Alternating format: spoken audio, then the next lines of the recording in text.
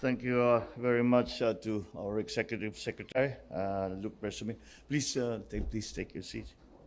The Speaker of the House of Representatives, Speaker Martin Romualdez, of course, Energy Secretary, Secretary Popo Lutilla, the other members of the Cabinet, the PNOC Exploration President, Franz Joseph Alvarez, and Prime Infrastructure Capital Incorporated Chairman Ricky Rason, fellow workers in government, ladies and gentlemen, good morning.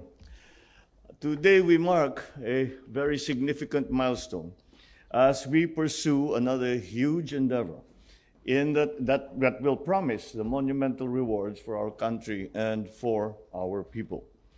It holds the key to our drive towards energy security and is calculated to greatly advance the nation's energy interests. It is consistent with the Constitution and our state policy of hastening discovery and production of the country's indigenous petroleum.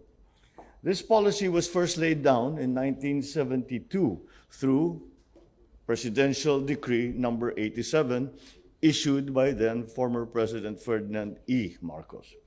As we renew Service Contract 38, we optimistically look forward to the continued production and utilization of the remaining reserves of the Malampaya gas field, as well as further exploration and development of its untapped potential.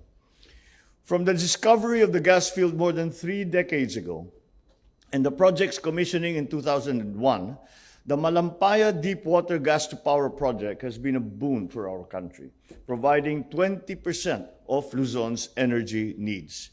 Through the project, the government was able to generate 374 billion in revenues. In 2022 alone, the project has yielded about 26 billion in government revenues. Because of the contract renewal, the government will continue to generate revenues from the project through a favorable sharing scheme with a private sector partner and the government.